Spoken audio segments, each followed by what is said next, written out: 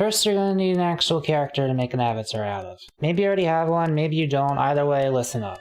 So, you want your design to be interesting. Sure, you could have something reasonable, like how my old design was just myself, but reasonable is usually not in the VTuber's vocabulary. If you can think of any fitting details to slap onto this hunk of meat, go for it. Within reason. You know, now that I'm looking at this, I kinda unironically want to see a VTuber with this aesthetic though. Accessories, animal features, weird clothing designs that don't exist anywhere in real life, whatever. Just make sure they fit the theme of your character, that's really important. Look into character design philosophy if you want. Think about what traits your character has, and come up with ideas on how to express those traits visually. For example, here's some traits of my character, which happens to also be myself. I am generally a sleepy and low energy person.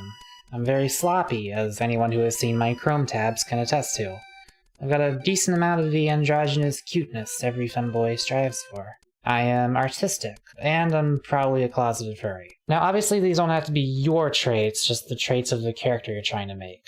Those two things just happen to be one and the same for me. With that in mind, let's begin the design process. If you're an artist, start drawing. If you're not, commission someone to do it for you, and work as close to them as possible to direct the details you want. Having them screen share the process to you live would be ideal. Because every other video in this series is going to be about 3D modeling, those of you planning to follow those might as well make this your reference image, so start with a symmetrical base in either an A pose or a T pose. Clip Studio has a handy symmetry ruler you can use for this. Make sure this setting is enabled on your brush if you want to use it. Otherwise, just draw the whole thing, delete your least favorite half, and copy and mirror the other half. As for whether to go with an A pose or a T pose, it depends on what you expect to do with your arms. When your model's arms rotate, things generally start looking worse the further away they get from the default pose you model them in. The T-pose is a perfectly neutral midway point between arms being fully raised or fully lowered, so if you think your arms will often go all over the place, go for a T-pose. Half-Life ragdolls probably benefit from this a fair bit, for example. However, in almost every case, the character's arms are going to be lowered 90% of the time, so unless you plan on praising the sun every hour on the hour, you might find that the reduced upward stretch you'll get from a T-pose isn't worth the extra downward stretch you'll get from it when your arms are relaxed. I personally went with an A-pose. If you also go for an A-pose, try to make sure your arms are as perfectly 45-degree bent as possible. Basically just line something up horizontally and then rotate it by 45 degrees exactly, either a guiding line or the arm itself, whichever you prefer. So draw out your base, and while you're doing that, think about what traits you could express even with just the character's naked silhouette. Obviously, if they're supposed to be strong and imposing, give them a big frame. You know, if they're meant to be innocent, you could make them short and use lots of soft curves everywhere. Jagged edges imply danger, so if you wanted that, you could make the fingers more pointed and the chin and shoulders more angular. Basic shape theory stuff. Now, not every character has to be cartoonishly exaggerated in some way. Mine is fairly normal, aside from my ass being roughly the size of a smart car. That wasn't done to specifically emphasize any particular character trait, that's just something I wanted for my own reasons. Anyway, try to make sure your proportions are as close to what you want as possible, though you can still deviate from this during modeling. If you notice something off, fix it, but you might still end up making the torso weirdly long, or the breasts too close to the neck, or whatever, but you can always adjust things during modeling that you may have only noticed were off once you saw them at a 3D angle. Once you have your base, we can start thinking about details. Remember those traits I listed earlier? I'll run you through my rough thought process on how I decided to make use of them. First, I used myself as a base, or I guess I should say an idealized version of myself with a more bottom-heavy figure and hair that resembles what mine looks like on the rare days I manage to style it correctly. The only particularly notable features of this design, of my real-life design I guess, are the thick, medium-length hair and striped shirt. Let's add some more while keeping in mind those traits you want to express.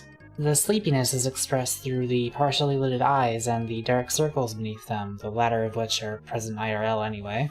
The shirt partially slipping off the shoulder and bunching up around the arm show a degree of sloppiness. The big floppy bow adds a nice cute accent and also serves to fill dead space.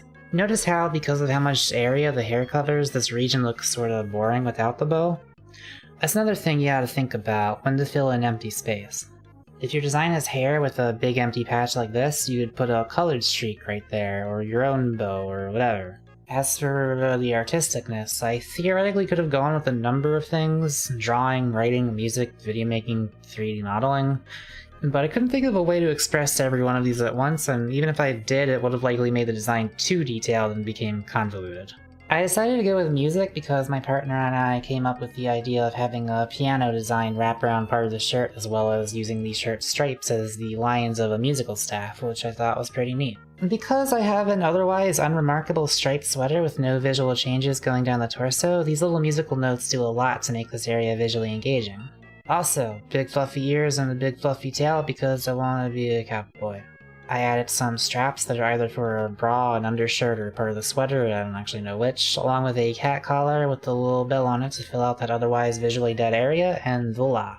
As another example, Neanders likes to give off a vibe of perceived innocence, so her avatar uses a lot of pink and has big fluffy oversized clothing. My partner Avery is a coder with a somewhat loud personality whose self-insert has had an octopus motif for a while, so to cover those bases they've got programmer socks, RGB gamer strips along asymmetrical clothing, and hair consisting of 8 tentacles.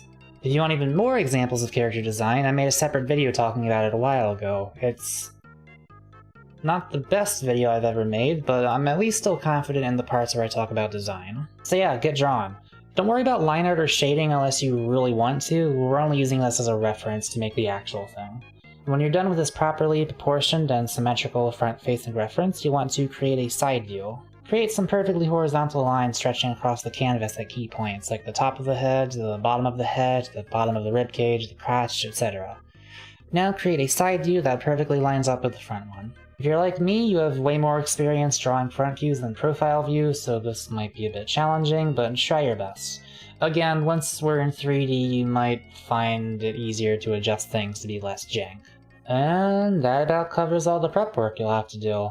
If you're going live 2D, you look up some other tutorials for that, I cannot help you there at all. If you're going 3D,